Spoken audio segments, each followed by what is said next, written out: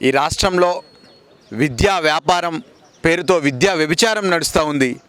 Inter విద్యని corporate Narayana corporate రాబందులు ఏ విధంగా అయితే దోచుకుంటున్నాయో, బీటెక్ విద్యని పేద మరియు మధ్యతరగతి విద్యార్థులకు అందకుండా అందని ద్రాక్షలాగా మలిచి ప్రైవేట్ యూనివర్సిటీ బిల్లును ఏదైతే తెలంగాణ రాష్ట్ర ప్రభుత్వం తీసుకొచ్చిందో ఇది పేద మధ్యతరగతి ప్రజల రక్తాన్ని పీల్చి పిప్పి చేస్తూ విద్యా వ్యాపారం పేరుతో విద్యా వ్యభిచారానికి ఒడిగట్టిన సంఘటన తెలంగాణ రాష్ట్రంలో కనిపిస్తూ ఉంది.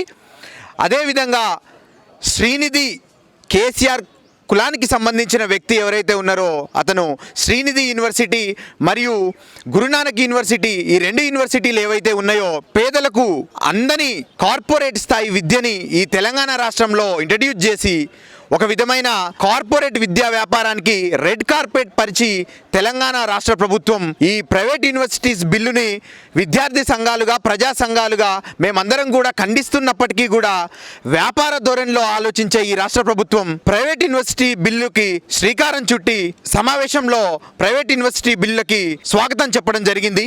దానికి సంబంధించిన శ్రీనిధి మరియు గురునానక్ యూనివర్సిటీలకు ఇంతవరకు కూడా గవర్నర్ గారు ఈ ప్రైవేట్ యూనివర్సిటీ బిల్లులపై సంతకం పెట్టనే లేదు. సంతకం పెట్టకుండా గవర్నర్ గారి ఆమోదం రాకంటే ముందే ఈ రాష్ట్ర ప్రభుత్వం కనుసన్నల్లో నడుస్తున్న ఈ రెండు ప్రైవేట్ యూనివర్సిటీలు శ్రీనిధి మరియు గురునానక్ విద్యా సంస్థలు ఏవైతే ఉన్నాయో ముందస్తుగానే అడ్మిషన్లు తీసుకొని ముందస్తుగానే లక్షల డొనేషన్లు కట్టించుకొని సిఎస్సి ఐటీ కొన్ని గ్రూపులకి దాదాపు 5 నుంచి 8 లక్షల డొనేషన్లను వసూలు చేసి విద్యా వ్యాపారం చేసి ఇప్పటి వరకు కూడా గవర్నర్ గారి నుంచి ఏ విధమైన ఆమోదం రాకుండానే విద్యార్థుల భవిష్యత్తు ఆగమ్య గోచరంగా మారిన పరిస్థితి తెలంగాణ రాష్ట్రంలో. ఒక సంవత్సరం మొత్తం ఒక అకాడమిక్ ఇయర్ మొత్తం కూడా విద్యార్థులు నష్టపోయిన పరిస్థితి కనిపిస్తూ ఉంది.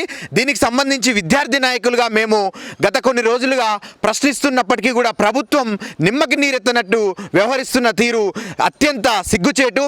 ఈ శ్రీనిధి యూనివర్సిటీలో ఈ గురునానక్ యూనివర్సిటీలో కేటీఆర్ కమిషన్ ఎంత, కేటీఆర్ ఎంతకి లాలూచి పడ్డాడు, ఎంత మేరకు కమిషన్ల రూపంలో కేటీఆర్ తీసుకున్నాడు, కేటీఆర్ కి ఎంత మూట చెప్పడం జరిగింది ఈ ప్రైవేట్ యూనివర్సిటీలు అనే విషయాన్ని ఉస్మానియా యూనివర్సిటీ వేదికగా మేము ప్రశ్నిస్తా ఉన్నాం. ఈ రెండు యూనివర్సిటీల పూర్తి స్థాయి పర్మిషన్ ని రద్దు చేసి పేద మధ్యతరగతి ప్రజలకు గుదిబండగా మారిన ప్రైవేట్ యూనివర్సిటీస్ బిల్లును వెంటనే వెనక్కి తీసుకోవాలి మరియు రద్దు చేయాలి.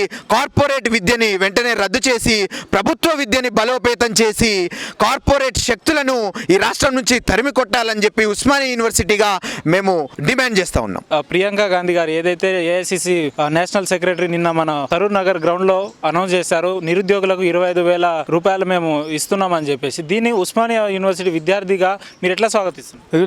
మేము ఉస్మానియా యూనివర్సిటీ విద్యార్థులుగా మొదటి నుంచి తెలంగాణ రాష్ట్రంలోని ప్రభుత్వ విధానమైన వచ్చే పథకాలైనా ఇంకా అనేక ఏదైనా దాంట్లో అమరుల స్ఫూర్తి ఉండాలి. మనం ఏ పని చేసినా అమరుల స్ఫూర్తితోటి చేయాలి. ఆ అమరుల స్ఫూర్తితోటి చేసినప్పుడే మన తెలంగాణ రాష్ట్రం ఒక రోల్ మోడల్గా ఉండాలి. భారతదేశంలో 29 రాష్ట్రాలలో ఒక రోల్ మోడల్గా ఉండాలి. అంటే ఉద్యమ స్ఫూర్తి ఉండాలి. ఒక ప్రత్యేక రాష్ట్రం కోసం 60 సంవత్సరాలు కొట్లాడిన రాష్ట్రం తెలంగాణ భారతదేశంలో ఏ రాష్ట్రం లేదు. ఒక రాష్ట్రం కోసమే 1200 మంది విద్యార్థి యువకులు ప్రాణత్యాగం చేసిన చరిత్ర ప్రపంచంలో ఎక్కడా లేదు. ఈ త్యాగాలు, ఈ ఉద్యమ స్ఫూర్తి ప్రతి సందర్భంలో ఉండాలని ఉస్మానియా యూనివర్సిటీ విద్యార్థులుగా మేము కోరుకుంటున్నాం. కానీ అమరుల స్ఫూర్తి, ఉద్యమ స్ఫూర్తి సెకండరీ అయిపోతుంది, మిగతా అన్ని ముందుకు వస్తుంది. ఇవాళ ప్రగతి భవన్ తెలంగాణ ప్రజల సంపద కేసీఆర్ జేబుల పైసలకెళ్ళి ఏం కట్టలే. తెలంగాణ ప్రజలు కష్టం చేసి చెమటోడ్చి కట్టినటువంటి పన్నుల ద్వారానే ప్రభుత్వ ఖజానా నిండుతుంది. ఆ ప్రభుత్వ ఖజానా నుంచే ఇవాళ సెక్రటేరియట్ కట్టినా, ప్రగతి భవన్ కట్టినా, ఇంకేది కట్టినా మేము కోరుకునేది ఏంటంటే ఉద్యమకారులుగా ఫస్ట్ అమరవీరుల స్మృతి చిహ్నం కట్టిన తర్వాత మీరు ప్రగతి భవన్ కడితే, సెక్రటేరియట్ కడితే మేము ఇంకా సంతోషించే వాళ్ళం. కానీ ఫస్ట్ మీరు కూర్చునే ప్రగతి భవన్లో, మీరు కూర్చునే సెక్రటేరియట్ ఫస్ట్ మంచిగా కట్టుకొని ఈ అమరవీరుల స్తూపం ఇంకా కడతనే ఉంటాం అంటే ఇది అమరుల స్ఫూర్తిని ఒక విషయంలో మీరు క్లారిటీ ఇవ్వాల్సిన అవసరం ఉంది. గతంలో కవిత గారు ఎంపీగా ఓడిపోయిన ఎమ్మటే వారికి నామినేటెడ్ ఎమ్మెల్సీగా ఇచ్చి ఆ పదవిని కాస్త భర్తీ చేసినట్టు సందర్భం. ఇదే అంశం కేసీఆర్ గారు ఉద్యమకారుల మీద ఎందుకు ఎందుకు కాన్సన్ట్రేషన్ చూపిస్తలేరు అనేది చూడండి, నేను మీ మీడియా ద్వారా ఒక మాట నేను ప్రజలకు కూడా చెప్తా ఉన్నాను. చూడండి, అమరవీరుల కుటుంబాల నుంచి ఎవరు చట్టసభల్లో ఉన్నారు? ఎమ్మెల్యే ఉన్నారా? ఎమ్మెల్సీ ఉన్నాడా? ఎంపీ ఉన్నాడా? లేకపోతే కనీసం నామినేటెడ్ చైర్మన్లు అన్నా ఉన్నారా? లేరు. మీరు ఇంకొక మాట అన్నారు, ప్రియాంక గాంధీ యూత్ డిక్లరేషన్ లో తప్పకుండా ఉస్మానియా యూనివర్సిటీ విద్యార్థులుగా ఏదైతే కాంగ్రెస్ పార్టీ నిన్న జరిగిన సభలో అమరవీరుల కుటుంబాలకు ప్రతి ఒక్క కుటుంబానికి నెలకు 25,000 పెన్షన్ ఇస్తామని ఏదైతే కాంగ్రెస్ పార్టీ ప్రకటించిందో దాన్ని ఉస్మానియా యూనివర్సిటీ విద్యార్థులుగా మేము దాన్ని స్వాగతిస్తూ ఉన్నాం. కాంగ్రెస్ పార్టీ కాదు, ఈ రాష్ట్రంలో అమరవీరుల కుటుంబాల గురించి ఎవ్వరు మంచి చేయాలని ఆలోచన చేసినా వారికి ఉస్మానియా యూనివర్సిటీ విద్యార్థులు వాళ్ళకి స్వాగతం పలుకుతూ ఉంటారు. ఖచ్చితంగా వాళ్లకు మద్దతు తెలుపుతారు. ఇది కేసీఆర్ నిన్న ప్రియాంక గాంధీ గారు ప్రకటించినటువంటి ఈ 25,000 పెన్షన్ ఉందో, ఇకనైనా దీన్ని చూసైనా కేసీఆర్ కనువిప్పు కలగాలి.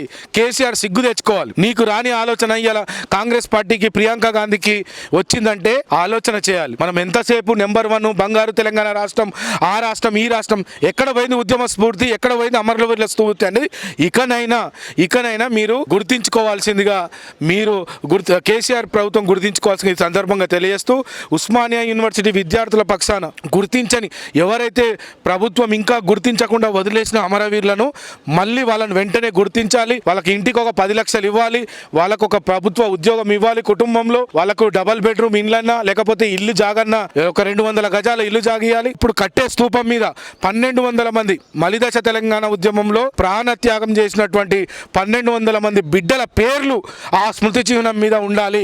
లేకపోతే రేపు ఏమైతుందంటే కేసీఆర్ ఒక్కడే నేనే తెలంగాణ సాధించిన అంటాడు. ఆల్రెడీ అంటూనే ఉండు కేసీఆర్. ఏ అమరవీరుని వర్ధంతి పెద్ద ఘనంగా చేస్తాడా కేసీఆర్? కానీ మేము శ్రీకాంతాచారి వర్ధంతి చేస్తాం, యాదయ్య వర్ధంతి చేస్తాం, మేము చేస్తున్నాం. కేసీఆర్ ఎక్కడైనా చేసిండా? కానిస్టేబుల్ కిష్టే అందరి వర్ధంతులను మేము ఇక్కడ చేస్తూనే ఉంటాం ఉస్మాన్ యూనివర్సిటీలో. కానీ కేసీఆర్ ఏ ఒక్క బిడ్డ అమరవీరుని బిడ్డ వర్ధంతి ఘనంగా చేసిండా? చెప్పండి. చేసిన సందర్భం ఉందా? కేసీఆర్ ఏంటంటే నా ఒక్కని వల్లనే తెలంగాణ సాధ్యమైందంటే మరి 1200 మంది బిడ్డలు ఎందుకు చనిపోయారు?